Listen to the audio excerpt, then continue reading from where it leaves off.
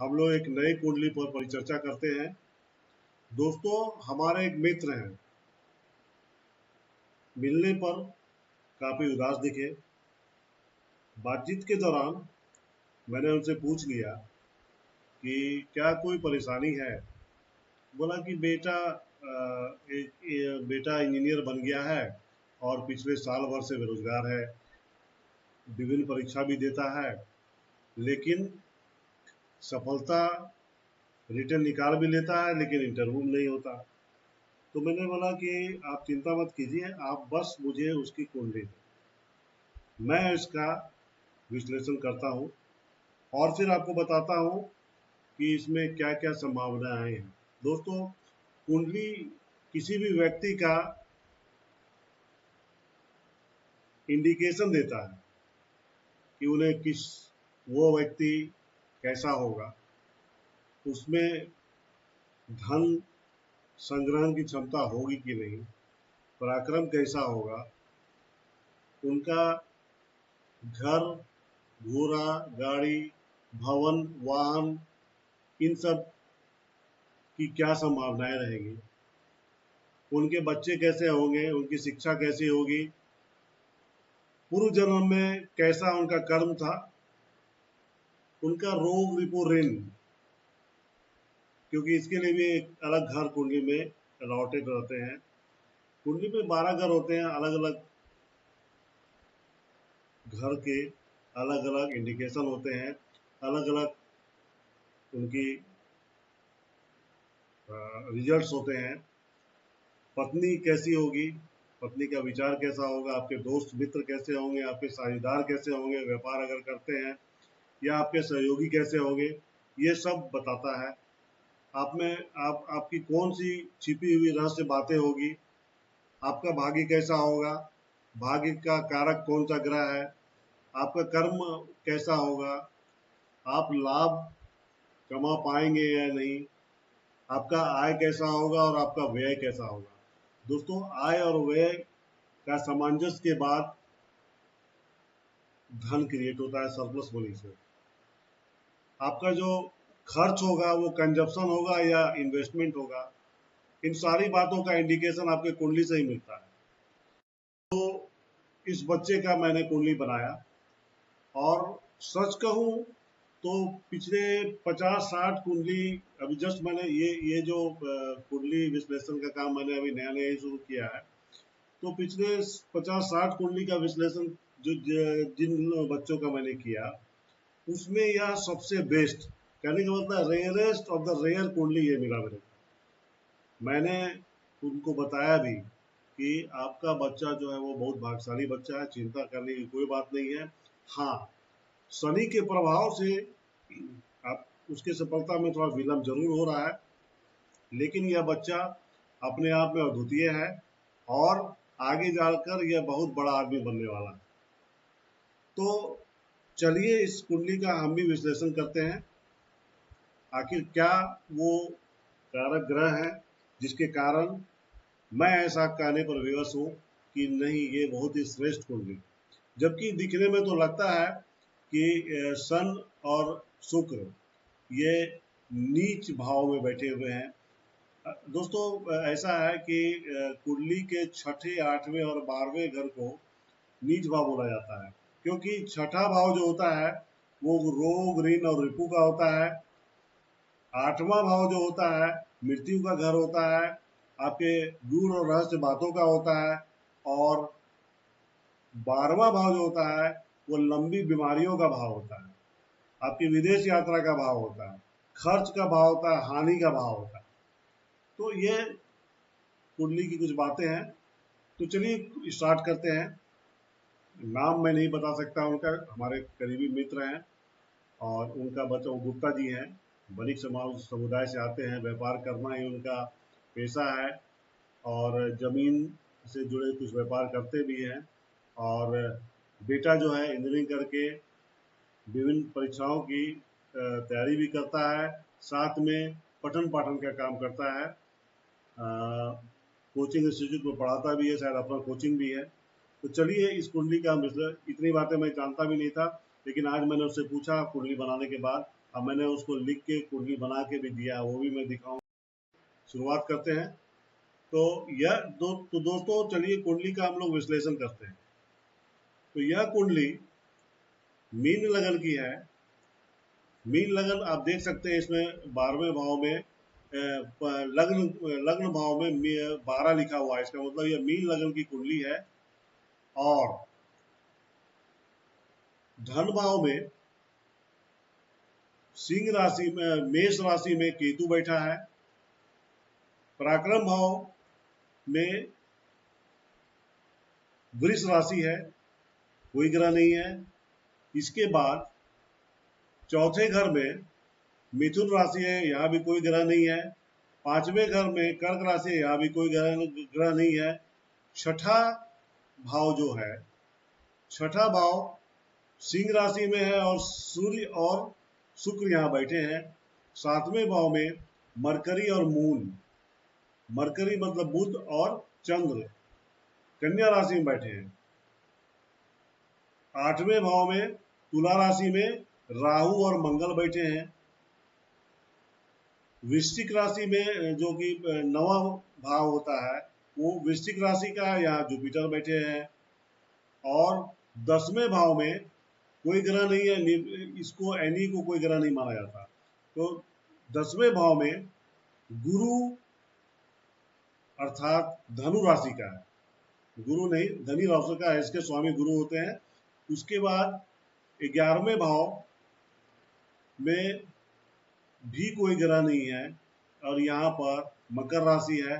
12वें भाव में 12वें भाव में शनि बैठे हैं और ये मीन राशि में। इस प्रकार ये कुंडली है। तो चलिए हम लोग इसका विश्लेषण करते हैं। आइए दिखाता हूं मैं कि किस तरह से मैंने इनका कुंडली बनाया है। सबसे पहले ये, तो चलिए सबसे पहले ये देखते हैं। देखिए जन्म कुंडली ऑफ नाम ये मेरा नाम लिखा हुआ है, Sameer Kumar Pandey and Sameer Pandey astro and vastu expert, ये मैंने बनाया है। अब चलिए इसका देखते हैं हम लोग विश्लेषण। ये वही कुंडली है, इस तरह से मैंने उनका निर्माण किया। साढ़े साथी रिपोर्ट आ जाइए आगे और नीचे देखते हैं।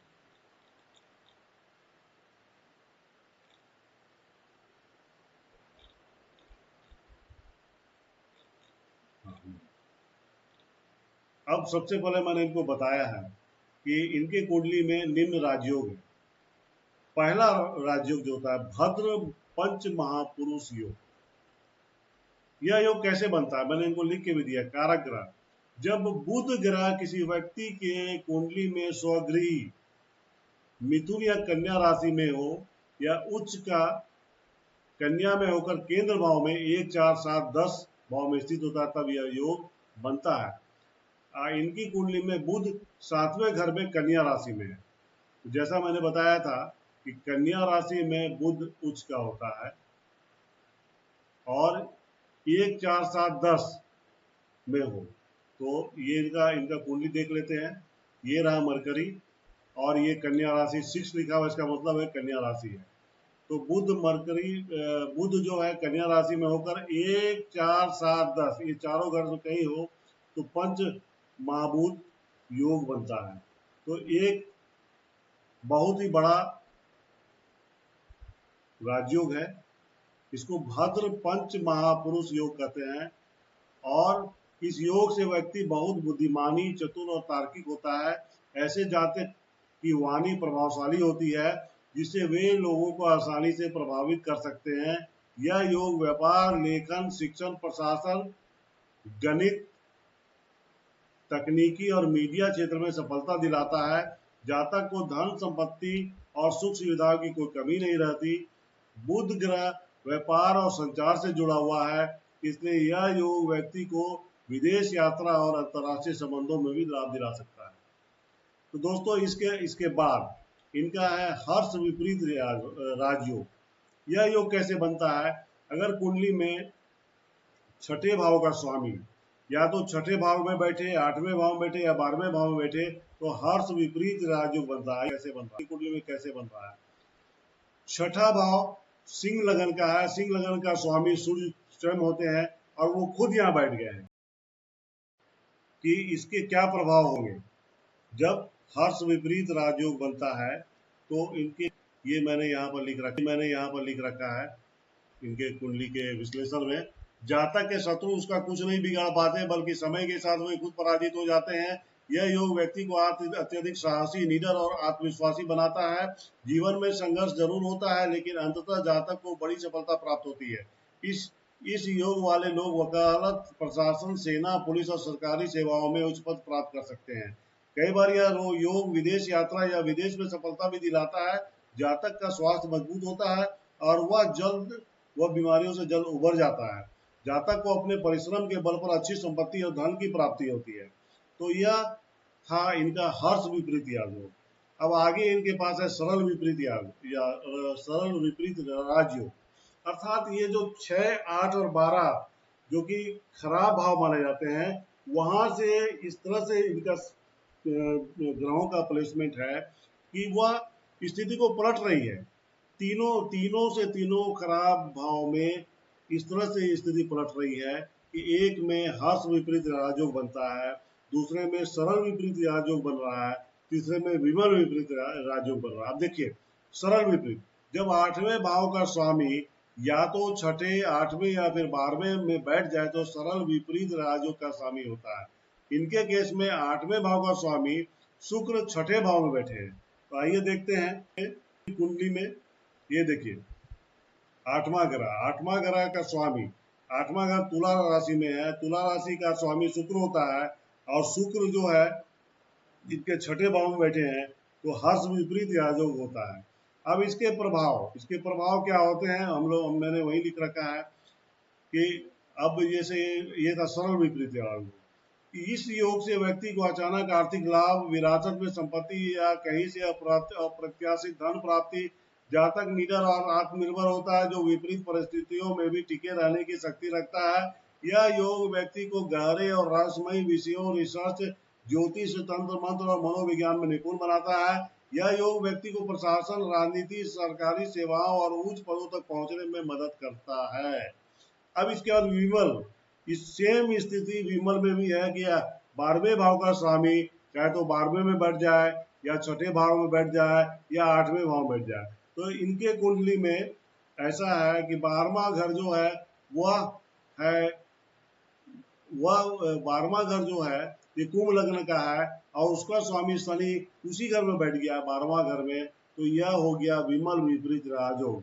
अब इसके प्रभाव में क्या लिखा है, व्यक्ति को जीवन में वित्तीय मजबूती मिलती है और उसे अचानक धन लाभ होने की संभावना होती है। जातक को विदेश यात्रा, विदेश में नौकरी या व्यापार में सफलता मिल सकती है। व्यक्ति धार्मिक और आध्यात्मिक दृष्टि से जागरूक होता है और समाज में एक प्रेरणादायक भूमिका निभाता है। जातक विपरीत परिस्थितियों में भी आत्मविश्वास से भरा रहता है और जीवन की कठिनाइयों का डटकर सामना करता है। यह फलादेश था विमल विपरीत राजयोग का। अब इसके बाद है पराशरी राजयोग। पहले घर का स्वामी अर्थात लग्न का स्वामी और 10वें भाव का स्वामी जब 9वें भाव में स्थित होते हैं तो यह योग एक शुभ योग बनता है जो एक राजयोग का निर्माण करता है। और आपके केस में पहले और 10वें घर का स्वामी गुरु नवम ही है, गुरु नवम घर में ही है। तो इस प्रकार आपका पराशरी राजयोग का निर्माण बनता है। आपको ये देख लीजिए यहाँ इनके कुंडली में क्या तो आरसी क्या, पहले घर का स्वामी 12 और 10वें घर का स्वामी 12 का मतलब है मीन राशि, इसका स्वामी जो होता है गुरु होता है। और ये 9 जो लिखा हुआ है ये धनु राशि, इसका भी स्वामी गुरु होता है। और ये जो दोनों बैठे हुए हैं 9वें भाव में, मतलब गुरुदेव 9वें भाव में बैठे हैं वृश्चिक राशि में। तो ये पराशरी राजयोग का निर्माण होता है। इसके फायदे भी देख लेते हैं। पराशरी राजयोग नवम भाव भाग्य, धर्म और उच्च ज्ञान का भाव है। यह जब लग्नेश और दशमेश यहाँ स्थित होते हैं तो व्यक्ति के कैरियर और सामाजिक प्रतिष्ठा में भाग्य का बहुत बड़ा योगदान रहता है। यह योग व्यक्ति को उच्च प्रशासनिक पद, सरकारी सेवा या किसी सम्मानजनक क्षेत्र में सफलता दिला सकता है। अब आते हैं दुर्धरा योग। जब यह योग तब बनता है जब चंद्रमा के दोनों ओर शुभ तो 16 सेकंड और 12 भाव में कोई भी शुभ ग्रह जैसे बृहस्पति, शुक्र, बुध या मंगल स्थित हो।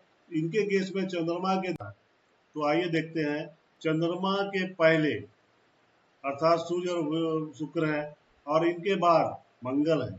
तो कहने का मतलब है चंद्रमा के पहले और बाद में शुभ ग्रह का योग बन रहा है, इसी को दुर्धरा योग कहते हैं।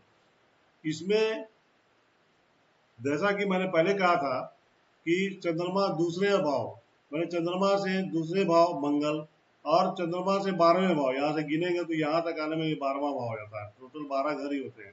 इस प्रकार दुर्धरा योग बनता है। ये देख लीजिए क्या फायदे हैं, ये देख लीजिए। दुर्धरा योग चंद्रमा से संबंधित एक शुभ योग है जो व्यक्ति को धन, प्रतिष्ठा और वैभव प्रदान करते हैं। यहाँ पर थोड़ी समस्या जरूर है। समस्या क्या है लेते हैं कि मंगल के साथ राहु बैठे हैं, तो दुर्धरा योग का जो एक बहुत अच्छा प्रभाव होना था उसमें थोड़ी कमी आ जाएगी। चलिए कोई बात नहीं है, बाकी राजयोग इनका समर्थन में है और बहुत अच्छा रिजल्ट देंगे। आगे देखते हैं वेशी योग। वेशी योग एक शुभ योग है जो तब बनता है जब सूर्य से दूसरे घर में कोई ग्रह स्थित होता है और राहु केतु को छोड़कर।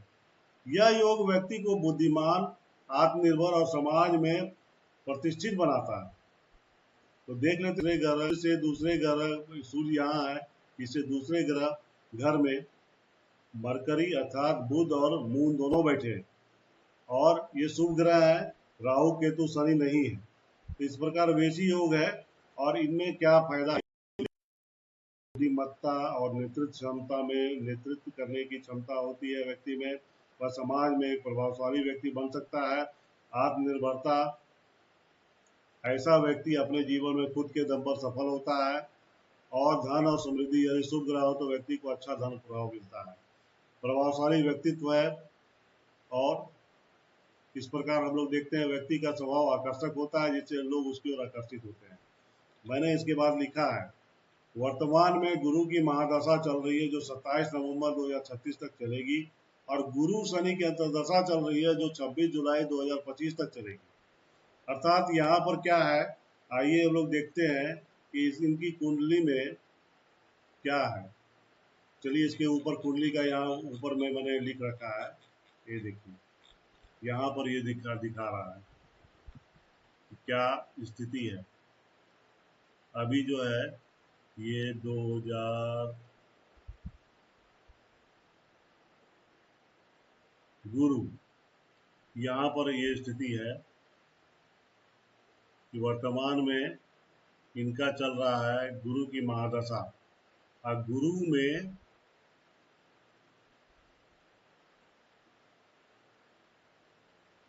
यहाँ पर मैं इसमें देखने पर स्पष्ट हो जाएगा।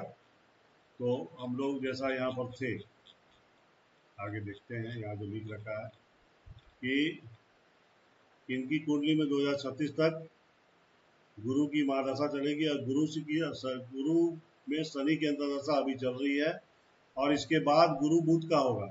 अब जैसा मैंने पहले ही दिखा दिया था कि इनके कुंडली में दो ही चीज तो बहुत महत्वपूर्ण है, एक गुरु और दूसरा बुध।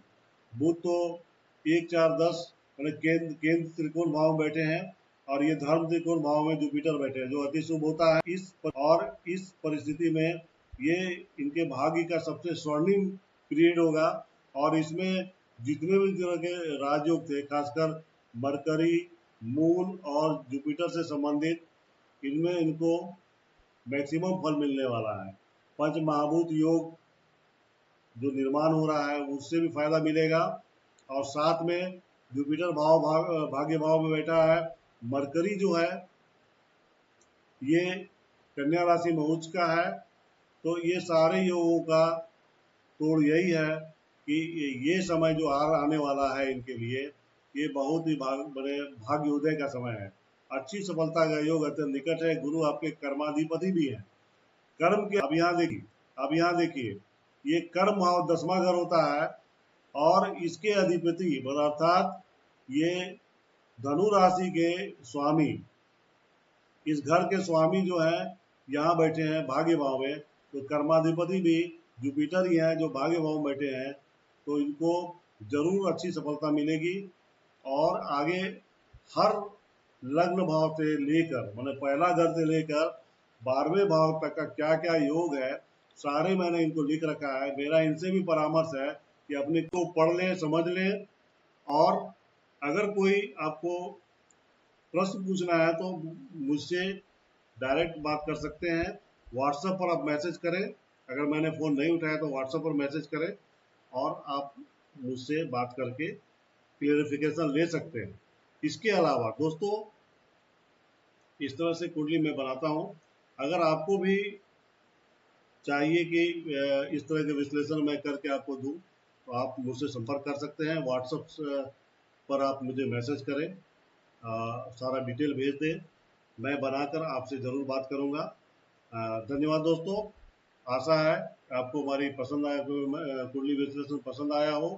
और अगर ऐसा है तो हमारे चैनल को लाइक करें, सब्सक्राइब करें, क्योंकि मैं समय समय पर विभिन्न जानकारियाँ इस चैनल के माध्यम से पहुंचाता रहता हूं आप सभी के बीच। तो इसे सब्सक्राइब भी जरूर करके रखें ताकि आने वाले वीडियो आप तक सबसे पहले। धन्यवाद दोस्तों। धन्यवाद दोस्तों।